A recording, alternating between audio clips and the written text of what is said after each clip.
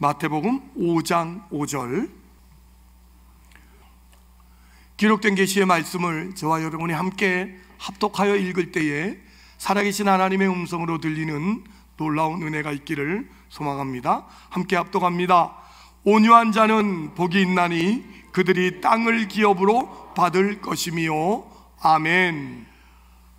명절을 이렇게 맞이하고 또 가족들을 또 만날 기대감도 또 이미 만나서 풍성한 은혜들을 나누고 있는 여러분들, 오늘 설교를 좀 복된 그런 어떤 말씀을 준비하다가 어차피 우리는 지금 팔복이라는 말씀을 보고 있는 중이었고, 그래서 진짜 복, 하나님이 말씀하시는 진짜 복을 여러분들과 함께 나누어서 여러분이 이 복을 누리는 명절이 되었으면 좋겠다 싶은 마음에, 또 제가 또 설교 준비를 따로 준비하다가 보니까 오늘 이 온유한 복과 연결되는 아주 그런 말씀의 연결이 있어서 오늘 온유한 자는 복이 있나니 그들이 땅을 기업으로 받을 것이며 라는 말씀으로 이 명절 전 주일을 여러분들과 함께 나누게 됩니다.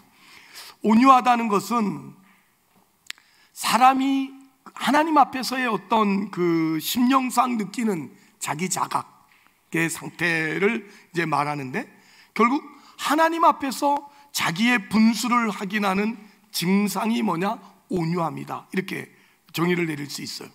여러분이 하나님의 사람으로 나는 하나님을 믿는 사람이야 라고 할 때, 여러분이 하나님 앞에서 자기 스스로 자기 분수를 체크해 볼 때에 그건 다름 아닌 온유함이 있어야 된다 라는 거예요.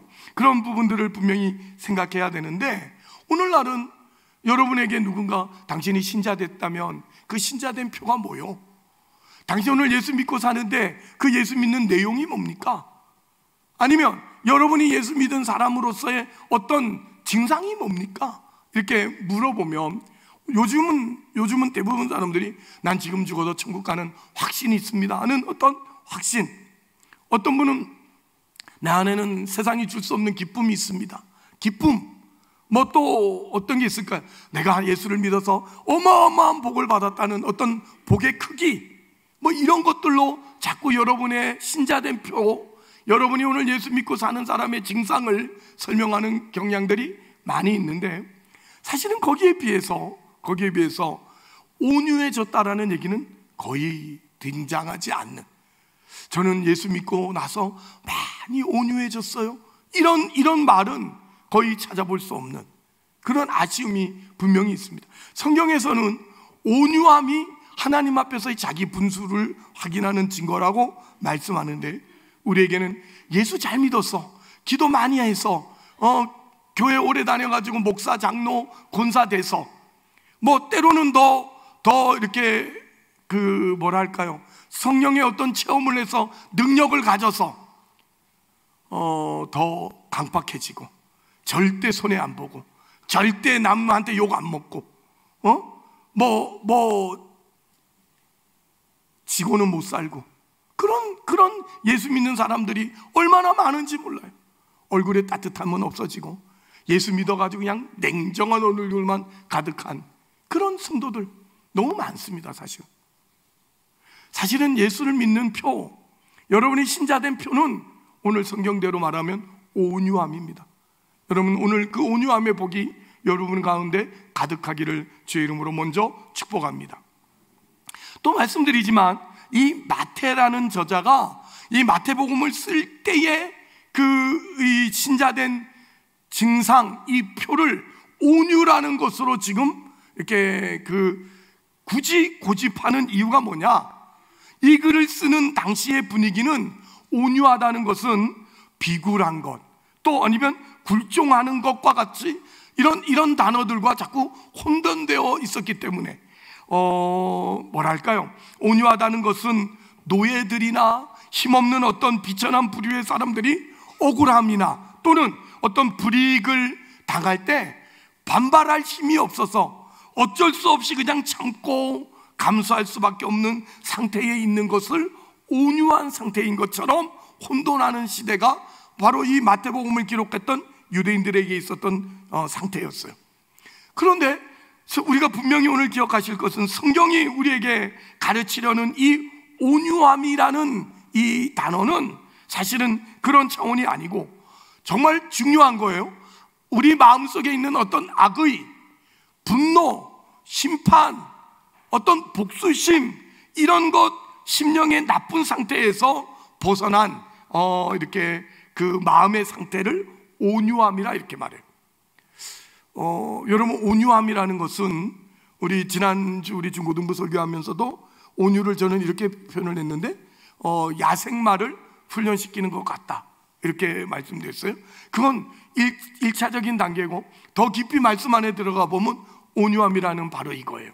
여러분 마음속에 어떤 악의나 분노나 심판이나 복수심 같은 이 심령의 나쁜 상태에서 벗어나서 어떻게 해요? 정말 그 따뜻하고 저런 마음이 없는 선한 마음을 가지고 있는 상태를 온유함이라 그래요. 그게 오늘 예수 믿은 사람의 표로 여러분 나타나야 된다라고 말씀드릴 수 있어요. 이러한 온유함의 아주 최고의 모델이신 예수님이 계시죠? 우리 그 예수님을 한번 확인하고 갔으면 좋겠어요. 마태복음 11장, 제가 사실은 이번 명절에 설교를 마태복음 11장 이 본문으로 하고 싶었는데 온유함과 연결해 보느라고 섞었습니다. 마태복음 11장 28절로 30절, 우리가 잘 알고 있는 이런 주님의 말씀이 등장합니다. 마태복음 11장 28절에서 30절, 여러분 잘 알고 있고 외우니까 함께 외워봅시다. 시작. 수고하고 무거운 짐진 자들아 다 내게로 오라. 내가 너희를 쉬게 하리라. 나의 마음이 온유하고 겸손하니 나의 멍에를 베고 내게 배우라. 그리하면 너희 마음이 쉼을 얻으리니 이는 내 마음에는 쉽고 내 짐은 가벼움이라 하시니라. 아멘. 우리가 이 말씀을 어쩌면 잘한다는 이유로 또 너무 쉽게 인용하는 그런 어떤 경우들이 제법 있는 것 같아요. 이 말씀을 우리는 이렇게 이해하는 경우가 많아요. 우리 인생 속에 어떤 갈등이 생겼거나 우리 인생 속에 어떤 문제가 있거나 고민이 있거나 큰 소원함이 있을 때 우린 그걸 주님 앞에 나와서 간절히 기도하면, 주의 도우심을 구하면 예수님께서 우리 어깨에 있는 그 무거운 짐을 벗겨서 당신의 짐에다가 옮겨 싣고 가는 것 같은 그런 어떤 신앙의 가벼운 방법으로 이렇게 이 말씀을 생각하는 경향이 참 많은데, 오늘 본문은 사실 그런 내용이 아니에요. 그것보다 훨씬 깊은 뜻을 가지고 있는데, 수고하고 무거운 짐진 자들아 다 내게로 오라. 내가 너희를 쉬게 하리라 하는 말씀, 여러분 맞습니다. 그런데 그 쉬게 하는 것이, 쉴 수 있게 해주는 것이 우리의 짐, 여러분의 인생의 무거운 짐, 어떤 짐 다 있겠죠? 그냥 어깨 한번 제대로 못 펴고 허리 한번 못 펴고 그냥 한숨이 땅이 꺼지라고 나오고 그냥 입만 열면 원망과 불평이 쏟아져 나오는 그런 여러분의 어깨 위에 있는, 인생 위에 있는 어떤 그런 짐, 그런 물리적인 짐을 해결해 준다는 것이 아니라 뭐라고 말씀하시죠? 나는 마음이 온유하고 겸손하니 나의 멍에를 메고 내게 배우라, 이렇게 말씀하죠. 여기서 무슨 말씀을 하죠? 그리하면 뭘 준다고요? 너 어깨에 있는 그 인생의 눈물 나는 짐을 없애주겠다가 아니라 어떻게? 마음의 쉼을 얻으리라. 어디의 쉼을? 마음의 쉼을. 분명히 말씀하고 있는 거예요. 너희 마음의 쉼을 얻으리라. 여기에 마음의 쉼, 마음의 쉼을 얻는 것을 해결책으로 우리 가운데 말씀하고 있지, 여러분 어깨에 있는 물리적인 힘, 그 짐을 벗어 던지게 만들어 주겠다라는 말씀은 아니라고요. 이게 그럼 무슨 말씀이냐 하는 거예요. 그래서 여기서 말하는 수고하고 무거운 짐진들은 어떤 물리적인 이유 때문에 수고롭고 무거운 어떤 것이 우리 어깨 위에 지워진 그런 짐이 아니고 마음의 상태가 그렇다 이거죠. 우리 마음의 상태가 억울한 상태로 되어져 있는 겁니다. 그래서 우리 인생 속 가만히 살펴보세요. 우리가 오늘도 힘들어하고 어려워하고 속상해하는 건 정말 짐 때문에 어려운 게 아니야. 우리 마음이 억울하기 때문에 그런 거예요. 이거 왜 나만 해야 돼? 저 인간은 저렇게 패동패동 하는데 나는 왜 맨날 이렇게 해야 돼? 하는, 여러분의 마음에 어떤 억울함이 생기면 우리는 그 일은 힘든 거예요. 짐 자체가 되는 거예요. 그렇지 않습니까? 여러분, 정말 이 마음의 억울함이 아닌 감사로, 즐거움으로, 자원함으로 하는 일들은요, 아무리 힘들어도 죽는 줄도 모르고 기쁨해야 할 수 있는 일이 우리의 마음이에요. 우리의 상태예요. 그런데 여러분, 우리는 오늘날 이 땅을 살면서 부모는 부모대로 억울한 마음 가지고 있고, 자식은 자식대로 또 억울한 마음을 가지고 있고, 부부끼리는 남편과 아내 사이에 그 억울함을 이제는 감추지도 않아. 그냥 서로 억울하다고 들춰내면서 앙앙거리고 살아가는 오늘날 우리들의 모습은 참으로 이 억울함 자체죠.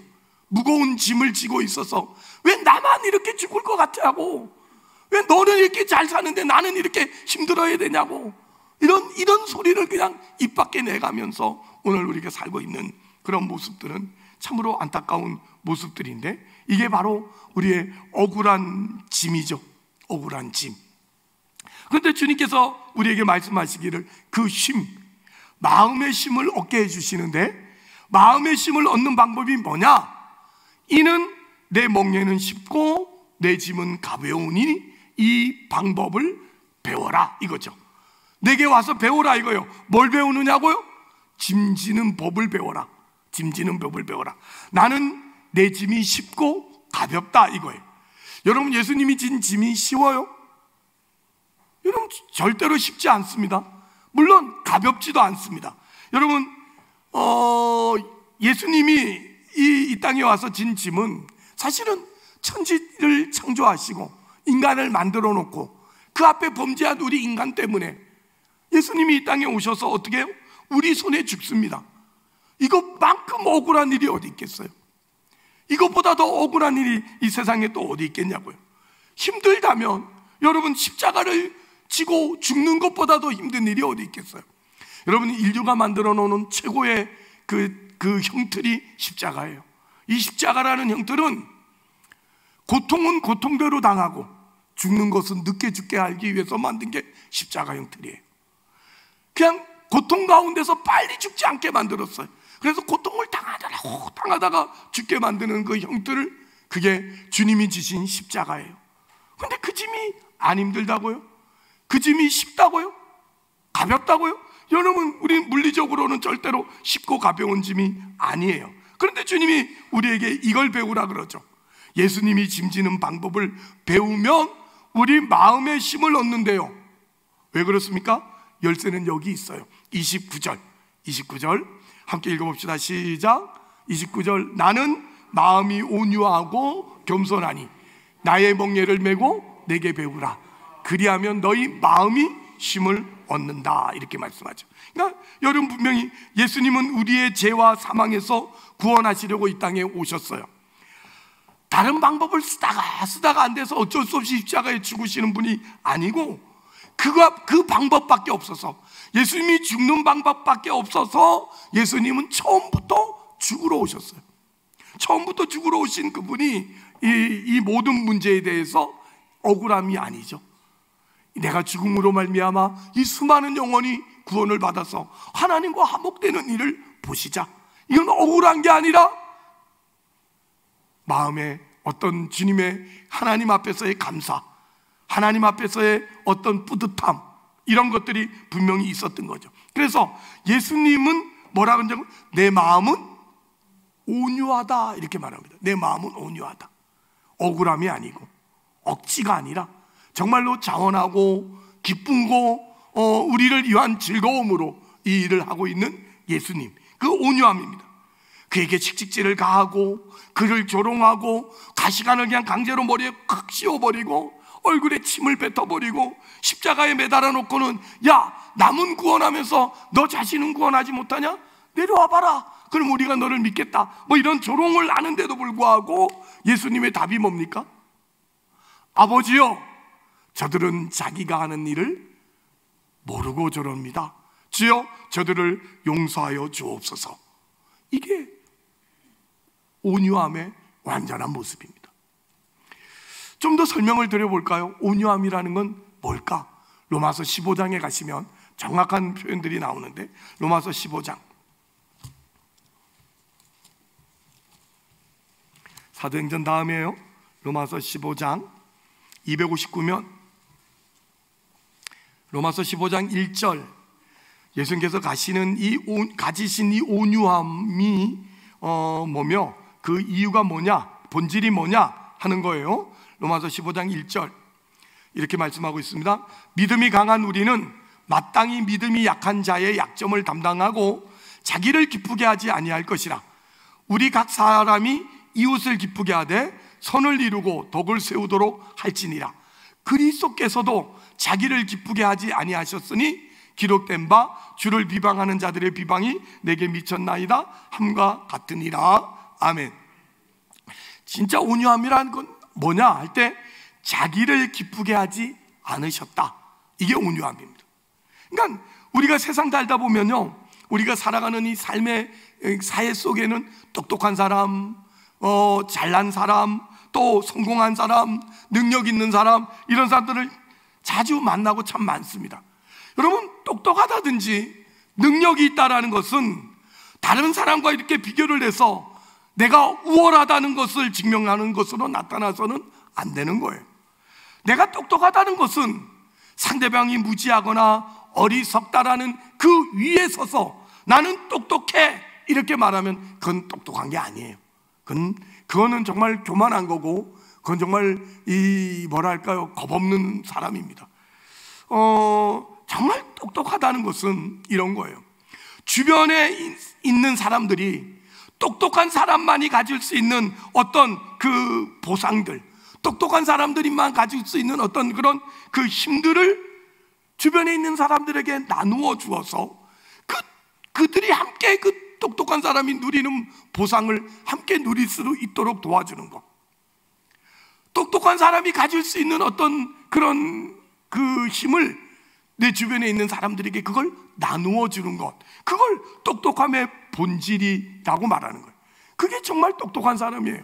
자기 혼자 잘나고 자기보다 못난 사람들 위해서 이렇게 하고 힘주는 그런 것들은 그건 똑똑함이 아니에요. 그건 교만함이지.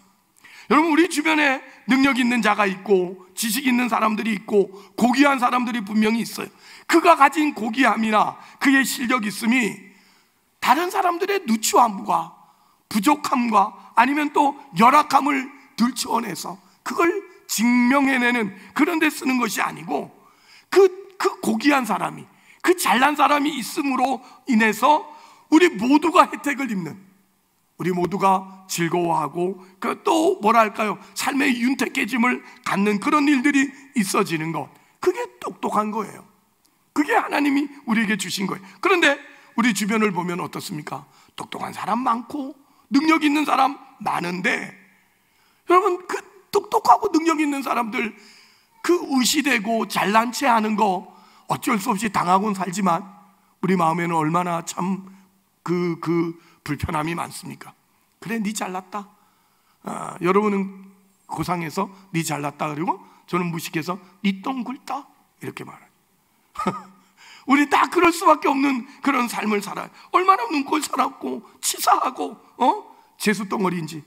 정말 그 옆에 가면 옆에 오래 있고 싶질 않아. 일 때문에 있고 어쩔 수 없이 있지, 시간만 나고 틈만 나면 그냥 멀리하고 싶은 사람들이 이 땅에는 참 많습니다.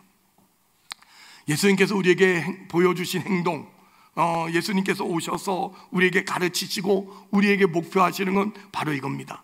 주님께서 이 땅에 주의 거룩하심이나 주의 영광됨을 나타내어서 우리로 하여금 그의 영광됨과 이렇게 그의 고귀함을 증명하는데 비교가 되어서 결국 상대적으로 우리는 기가 죽고 비천한 그런 꼴을 당하도록 우리 주님이 이 땅에 오신 게 아니고 예수님이 이 땅에 오셔서 예수님이 가진 모든 것들을 우리에게 혜택으로 입혀주셔서 우리도 고귀한 사람이 되고 우리도 즐거운 인생을 살고 우리도 넉넉한 인생을 살도록 만들어주시기 위해서 오신 거예요. 이게 온유함의 본질이에요.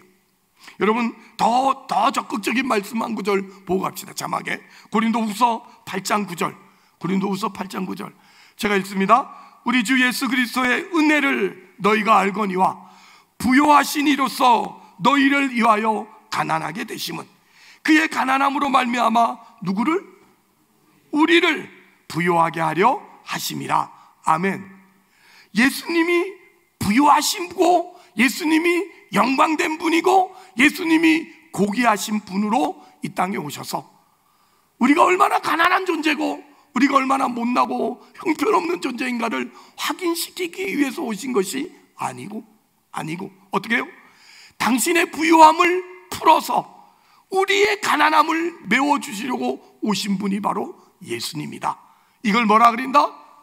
온유함이라 그런다 이거죠. 여러분에게 있는 온유함은 이런 거여야 되는 거예요. 그저 착하고 천성적으로 뭐 이렇게 그 부드러운 그런 게 아니고 우리 안에서 정말 자기를 기쁘게 하지 않는 것, 자기를 위해 살지 않는 것, 이런 것을 온유함이라 그래요. 우리가 사람과 사람 사이에서 살아가면서 다툼이 많이 일어나잖아요.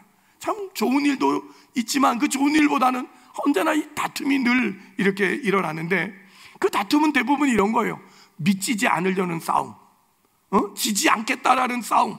가장 많은 싸움이 뭐냐면 자존심 싸움. 자존심을 지켜내기 위해서, 그게 금전일 수도 있고 뭐 이해관계일 수도 있지만 제가 보기에는 자존심 문제가 제일 커요. 그래서 도무지 상대방을 이렇게 말하자면 뭐랄까, 상대방이 떠는 그 허세, 상대방이 떠는 그 꼴값, 그걸 못 봐주겠는 거예요. 사실은 못난 주제, 사실은 아닌 주제 거짓으로 이렇게 잘난 척하고 나보다 더 많이 가진 것 같이 굴고 더 훌륭한 것처럼 구는 그런 꼴을 잘 못 감당해 주겠다는 것이 오늘 우리가 이 땅에 살면서 싸우는 이유 중에 하나예요. 내가 감수하고 내가 참아주면 저 허세가 진실이 되고 마니까, 저 거짓이 진짜가 되고 마니까 우린 그걸 못 참아주는 거죠. 그러나 여러분, 사실은 한번 곰곰이 생각해 보세요. 상대방이 떠는 허세, 상대방이 떠는 꼴값을 굳이 우리가 나서서 밝혀낼 필요는 없어요. 차라리 감수해주고 차라리 참아주면 어떡하죠? 그 사람은 그 떤 허세 때문에, 그 떤 꼴값 때문에 어떡하죠? 늘 평생을 까치발로 살아야 될지도 몰라요. 그렇지 않을까요? 걸리지 않으려고, 들키지 않으려고 어딜 가도 매 순간 까치발로 사는 인생, 불행한 인생이에요. 언제 한번 여러분 두 다리 쭉 펴고 파자마 바람으로 허허 하면서 그렇게 살 수 있는 그런 시간들이 있겠어요? 늘 조마조마하고 아슬아슬하고 늘 그냥 긴장에 고도된 상태에서 그렇게 살아가고 있는 우리들의 모습일진데, 여러분, 이게 오늘 우리가 분명히 생각해 봐야 될 온유함 속에서 풀어지는 일이 있었으면 좋겠어요. 상대방의 자존심이나 경쟁심을 건드리지 않는 게 온유함이에요. 여러분이 분명히 저 사람이 틀리고 있어도 그거 굳이 밝혀내서 그 사람 깎아내지 않는 것, 그걸 뭐라 한다고요? 온유함이라 그래요. 여러분, 그래서 베풀고 용납하고 품어주는 그런 자세를 갖추는 것을 온유함이라 그럽니다. 그러므로 지금 얘기하는 이런 온유함은 하나님의 사람들이 목표를 삼고 또 완성된 경지로 이렇게 나아가야 될 오늘 예수 믿는 사람의 자각증세 내용들이어야 돼요. 이건 하나님의 성품이에요. 하나님의 성품. 오늘 마태복음 5장에서 얘기하는 이런 것들은 우리가 반드시 온유한 사람으로 되어져야 될 목표이긴 하지만, 그러나 오늘 온유한 자는 복이 있나니 하면서 이 시작에 불과한, 이제 시작에 불과한 것도 역시 뭐다? 복된 조건이고 복 있는 증세다, 이렇게 말씀하시는 거예요. 할렐루야. 온유해지려고 하고 온유해져야 되는구나를 깨닫는 이 시작점에 불과한 그런 온유함, 그러니까 완성된 온유함에 비하면 초라하고 가난한 온유함이라 할지라도 그것이 우리의 본질을 파악하는 겸손한 온유가 되어서 이제 여러분 하나님 앞에 가는 그날까지 우리 나도 모르게 점점 변하여서 온유한 사람이 되기를 주의 이름으로 축복합니다. 이렇게 온유해진 사람 하나 있는데 그 사람이 바로 모세입니다. 우리 한번 확인해 볼까요? 민수기 12장 창세기 출애굽기 레위기. 그 다음 뭐죠? 민수기입니다. 우리 실버팀이 외우고 있는 줄 알아서 한번 해봤어요. 여러분, 성경 목록가 못 외우는 분 아직 있죠? 정말 양심껏 성경 목록가를 아직 못 외우는 분들은 다음 주부터 식사하고 1시에 저희 쉼터에 가서 배워가지고 있어. 알겠죠? 창세기 출애굽기 레위기 민수기 신명기 여호수아 사사기 룻기 사무엘 상하 열왕기 상하역. 그 다음 하면 제가 모를 것 같아서 더 안 부를 건데 여러분들이 아무처럼 다 외우셔서 성경 찾기가 수월했으면 좋겠어요. 민수기 12장 1절 봅니다. 민수기 12장 1절. 모세가 구스 여자를 취하였더니 그 구스 여자를 취하였으므로 미리암과 아론이 모세를 비방하니라. 그들이 이르되 여호와께서 모세와만 말씀하시느냐 우리와도 말씀하시지 아니하느냐 하매 여호와께서 이 말을 들으셨더라. 다 같이 이 사람 모세는 온유함이 지면의 모든 사람보다 더하더라. 아멘. 모세, 여러분 잘 아는 이 모세라는 사람은 인류 역사상 아마 최고로 온유한 사람이었다, 이렇게 말해도 과언은 아닐 겁니다. 그런데 우리가 확인하고 싶은 건 이거예요. 그가 가졌던 온유함의 내용, 모세가 가졌던 온유할 수 있었던 이유가 뭐냐 이거예요. 모세는 왜 온유해졌어요? 사실은 모세도 온유한 사람 아니었습니다. 그죠? 그냥 한 방에 애국군인을 쳐 죽이는 불같은 사람이었고, 하나님 앞에서도 못해요, 안 해요, 안 가요 이렇게 우기던 사람이에요. 그가 어떻게 해서 온유해졌을까? 지면에서 세상에서 제일 온유한 사람이 됐을까? 그 내용을 어디서 확인할 수 있냐면 시편 90편에 가면 알 수 있어요. 성경책 가운데를 쫙 가르면 시편 90편이 등장해요. 한번 보십시다. 이번 명절 육체의 선물은 뚜레쥬르 빵이고 여러분의 영혼의 선물은 시편 90편을 드리기를 원합니다. 시편 90편 868페이지, 구약성경 868페이지, 시편 90편 1절에서 12절까지 우리 교독하여 읽었으면 좋겠습니다. 여러분, 시편 90편 여기 밑에 보면 작은 글씨로 뭐라고 돼 있죠? 네, 하나님의 사람 모세의 기도, 모세가 하는 기도, 이거죠. 한 절씩 교독하여 읽겠습니다. 추석 선물입니다. 시편 90편 여러분 기쁨으로 감사함으로 한 절씩 교독하여 읽습니다. 주여, 주는 대대에 우리의 거처가 되셨나이다.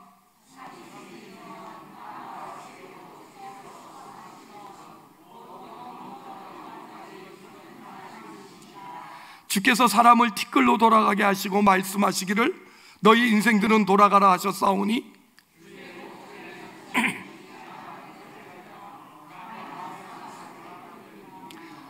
주께서 그들을 홍수처럼 쓸어가시나이다. 그들은 잠깐 자는 것 같으며 아침에 돋는 풀 같으니이다.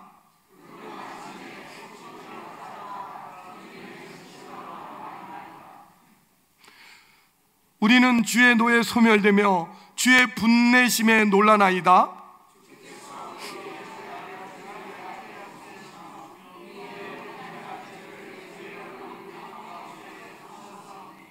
우리의 모든 날이 주의 분노 중에 지나가며 우리의 평생이 순식간에 다하였나이다.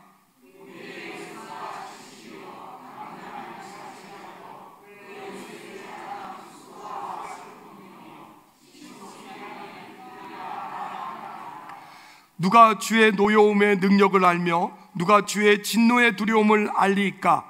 우리에게 우리날 계수함을 가르치사 지혜로운 마음을 얻게 하소서. 아멘. 사람의 연수가 얼마라고요? 70이에요. 강건함은 얼마예요? 여러분, 70 넘으시고 80 넘으신 분들 복인 줄 아세요? 아직도 인생이 힘들다고 바둥바둥 되지 말고 덤으로 사세요. 진심으로. 여러분, 덤으로 사시고요, 돈이 없으시면 여러분 집 은행에 가시면 담은행 주택연금으로 바꿔줘요. 주택연금으로 바꿔줘가지고 매달 돈을 줘요. 매달 은행에서. 뭐를 맡기면? 집을 맡기면. 그래서 그걸 쓰다가 돌아가시면 남는 건 자식에게 가는 거예요. 근데 여러분이 그 집만 놔두고 안 쓰고 사다 죽으면 홀딱 자식에게 집은 가지만 여러분은 너무나 억울하게 죽어요. 그러지 마시고 여러분 집을 당장 여러분 집 가까운 은행에 가셔서 나 집이 있는데 이걸 연금으로 좀 바꿔주이소 이러면 그냥 바꿔줘요. 그래서 매월 돈을 꼬박꼬박 여러분 통장에 꽂아줘. 그럼 그걸 쓰는 거예요. 어디다 다 쓰냐고요? 걱정하지 마이소. 010-6288-9738 전화만 하시면 제가 달려갑니다. 가서 소고기도 먹어드리고 돼지고기도 먹어드릴 테니까 걱정하지 마시고, 여러분 정말로 그렇게 하셔서 여러분 집을 마음껏 여러분 걸로 쓰세요. 그러다가 남으면 어디를 간다고요? 자식에게 가는 거예요. 여러분 자식은 어차피 부모가 사는 집 바라지 않습니다. 아닌가? 저는 안 바랍니다. 왜냐하면 위에 형님이 계시거든. 그러니까 어쨌든 자식은 바라지 않습니다. 그러니까 부모님 편하게 살고 부모님 행복하게 사는 게 자식의 바람이에요. 그러니까 괜히 안 먹고 안 입고 안 쓰고 아프지 말고 우울하지 말고 그냥 어쩔 수 없이 살지 말고, 여러분 정말로 여러분 집 연금으로 만들어서 여러분 정말 행복하게 즐겁게 그렇게 사세요. 아시겠죠? 이분들이 못하는 분 저한테 전화해서 제가 가서 은행에 모시고 갈게. 거기 가서 여러분들이 정말 잘 쓰고 잘 행복하게 살대요. 그리고 모자리면 어떡하죠? 그랬는데도 안 죽었어. 다 썼는데도 모자라 이러면 어떻게 해요? 마이너스가 있어요. 그거 해가지고 쓰세요. 그리고 자식에게 주고 가면 되지. 뭘 걱정이야. 그리고 돈 없으면 어떡하죠? 안 쓰면 돼요. 안 쓰면 되지. 뭐 걱정이에요. 그러니 여러분 너무 그 돈돈거리며 힘들고 어렵게 살지 마세요. 강건하면 80이라는데 이미 80이 넘어놓고도 아직도 이렇게 아둥다둥 그렇게 살면 안타까운 거예요. 그러지 마시고 이번 명절을 통해서 우리 목사님 모시고 은행 가야겠구나. 그래서 여러분들이 잘 이렇게 행복하게 즐겁게 살아가는 일들이 있었으면 좋겠어요. 시편 90편 읽었어요? 이 시편 90편의 내용은 두 가지입니다. 두 가지인데 첫째는 뭐죠? 인생은 짧다는 거예요. 따라합시다. 인생은 짧다. 얼마만큼 짧다고요? 얼마만큼? 70. 우리 석희가 70이라는데 그러면 70 넘은 분들은 감사한 거죠, 그죠? 69세 큰일 났네 이제. 여러분 인생은 짧습니다. 얼마만큼 짧냐면 아침에 피었다가 저녁에 지는 꽃과 같대요. 자다가 눈 뜨는 것 같대요. 여러분 얼마나 시간이 빨리 휙 지나가는지, 시간이 어떻게 했다고요? 날아가는 것 같아요. 시간이 날아가는 것. 요즘 진짜 그래요. 시간이 날아가는 것 같아. 눈 뜨면 주일이야. 눈 깜빡하면 주일이야. 그래서 이렇게 헤매고 살지만 여러분 인생은 짧아요. 이 짧은 인생을 우리가 분명히 살고 있습니다. 그런데 시편 90편에 또 한 가지 말하네요. 두 번째 뭐죠? 주는 인생은 짧다. 그 다음에 뭐예요? 그런데 내내 뭐만 하더라? 죄만 짓습니다가 시편 90편이 얘기하는 거예요. 첫째는 인생은 짧다는 거예요. 두 번째 뭐라고요? 그런데 내내 죄만 짓습니다가 오늘 모세가 우리 가운데 가르치는 거예요.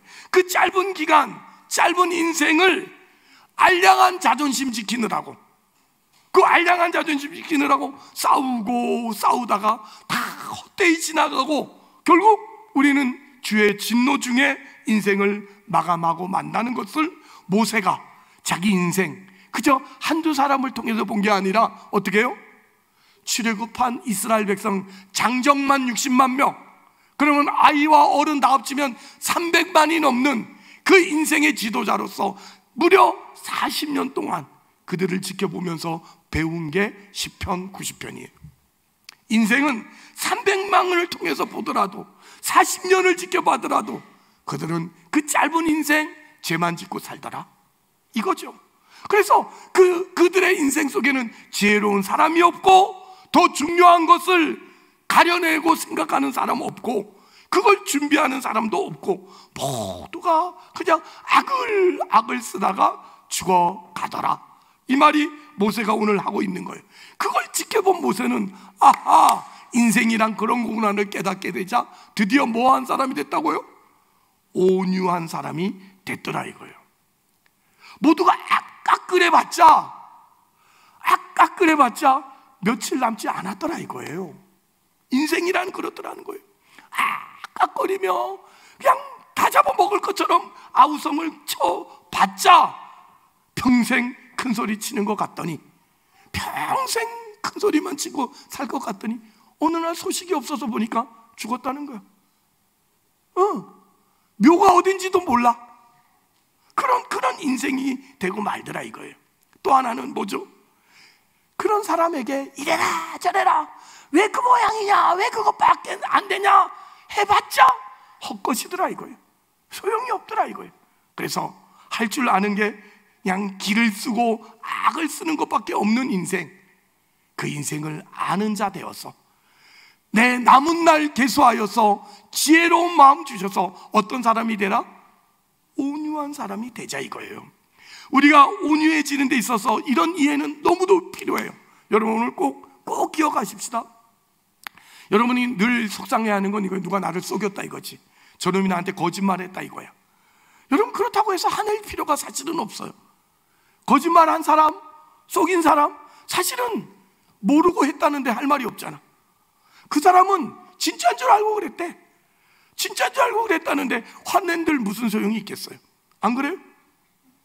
모르고 했다는데 뭘 어떡하겠어요? 그냥 무식해서 그렇고 그저 성격이 그래서 그렇고 그런가 보다, 뭐 잘못 알아서 그런가 보다 해야지. 거다 화를 내봤자 나만 손해인 거예요.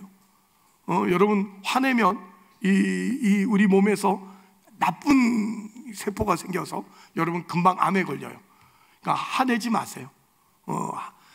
짜증을 내어서 무엇하랴. 오늘 명절에 이런 노래 부르면서 여러분 할 수 있으면 웃고 사세요. 웃을 때 여러분 우리 몸에는 정말 이 항암제보다 더 좋은 치료제가 발생한대요. 웃고 사세요. 아시겠죠?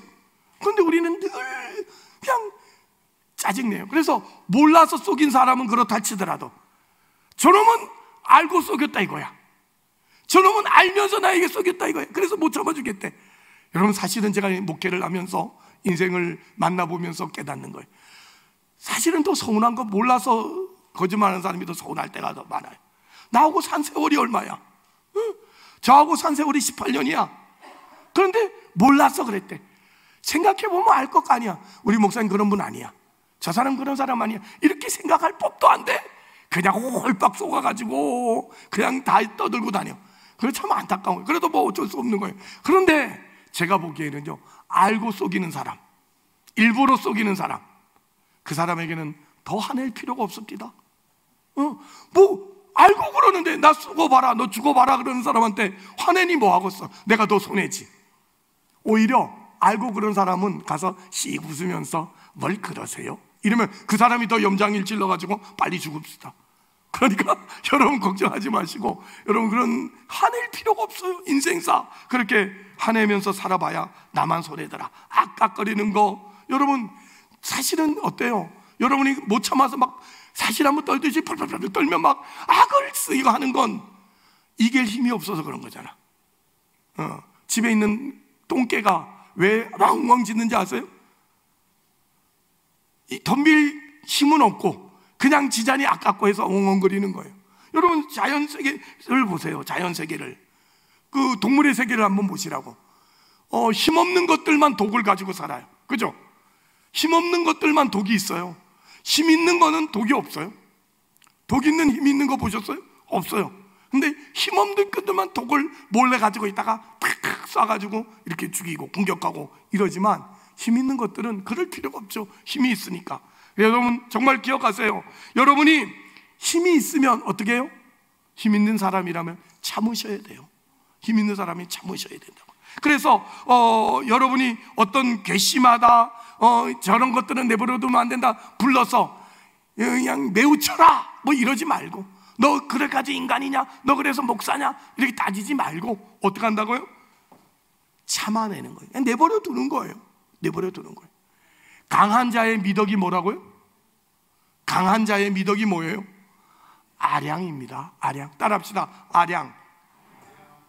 복수를 하는 건 이미 강자가 아니에요. 복수를 하는 건 이미 강자가 아니에요. 여러분이 강자라면 용서하시고, 약자면 어떻게 해야 돼요? 약자면 참아야죠. 뭐 힘이 없는데 참을 수밖에 없어요? 힘 없는데 뭔 큰 소리를 쳐? 큰일 날라고. 힘 없으면 참고, 어떻게 은연중에 몰래 힘을 길러야죠. 그래서 힘이 길러져서 강자가 되면 어떻게 해요? 아량을 베풀어야죠. 그게 예수 믿는 사람이에요. 그게 온유함이라고요. 모세가 이걸 가진 거고 이걸 안 거예요. 더 이상 인생에 대해서는 할 말이 없더라, 이거예요. 이 온유한 사람의 또 한 모델이 있는데 그는 바울입니다. 이 얘기를 하면 오늘 밤을 새야 되니까 다음에 한 번 더 바울에 대한 얘기를 함께 나누게 되었으면 좋겠고요. 오늘 설교 서두에서 말씀드린 것처럼 오늘 우리 한국교회 많은 성도들은 너무도 인본주의에 이렇게 빠져버렸어요. 너무도 실존주의에 빠져가지고 야, 옳고 그름이 전부야. 그래서 옳고 그름을 따지는 이유도 정말 옳은 것 때문이 아니라 자기 자존심 때문이야. 내가 왜 저 사람보다 못나야 되냐 이거야. 내가 왜 이 사람한테 이런 억울한 누명을 써가지고 마치 나는 연약한 사람이고 저건 잘난 사람처럼 그렇게 돼야 되느냐 이거예요. 그래서 예수를 믿는 것도 뭔가 자기에게 이익이 있어야 되고 자기 체면이 세워져야 되고, 예수를 믿는 것도 뭔가 힘이 손에 잡혀져야 되는 현실적인 그런 이익으로만 자꾸 확인하려고 드는 그런 부분들이 있어요. 그래서 여러분 마음에 어때요? 나는 기뻐요. 정말 기뻐요. 이게 무슨 예수 믿는 사람의 전부인 것처럼. 그래서 안 기쁘면 언제나 그냥 시무룩해가지고 우울해가지고 예수가 뭐고 모르는 사람처럼 살아가는 그런 일이 있고, 여러분 내게 강 같은 평안, 내게 능력 주시는 자 안에서 내가 모든 것을 할 수 있느니라, 믿는 자에게는 못할 일이 없느니라, 뭐 이래가면서 여러분 용기와 힘을 내는 것으로만 신앙을 삼는데, 그래서 믿는 자가 오히려 기고만장하고 예의도 없고 질서도 없고 자기 하고 싶은 대로 다 하고 눈에다 힘주고 그렇게 사는 사람들이 얼마나 많은지 몰라. 예수 믿으면서 따뜻하고 부드럽고 지고 감수하는 사람은 거의 없어. 거의 없어. 여러분 정말 속상한 일이고 정말 마음 아픈 일이에요. 예수를 믿는 사람의 표, 예수를 믿는 사람의 증상이 온유함이어야 됩니다. 저는 우리 동방교회 성도들이 당신 예수 믿는 걸 뭘로 증명할 수 있어? 전 많이 온유해졌습니다. 이렇게 고백할 수 있기를 바랍니다. 예수 믿는 사람의 심령에서 가장 중요한 증상은 하나님 앞에 선 은혜 외에는 구할 것이 없는, 은혜밖에 다른 것을 요구할 자격이 없다라고 말하는 자격지심 같은 거예요. 알겠습니까? 나 같은 게 뭘 구하겠습니까? 은혜밖에는 구할 게 없습니다. 따라합시다. 나 같은 게, 예쁘게 나 같은 게 이러지 말고, 여러분 정말 심령에 우러나오는 말로 나 같은 게, 시작.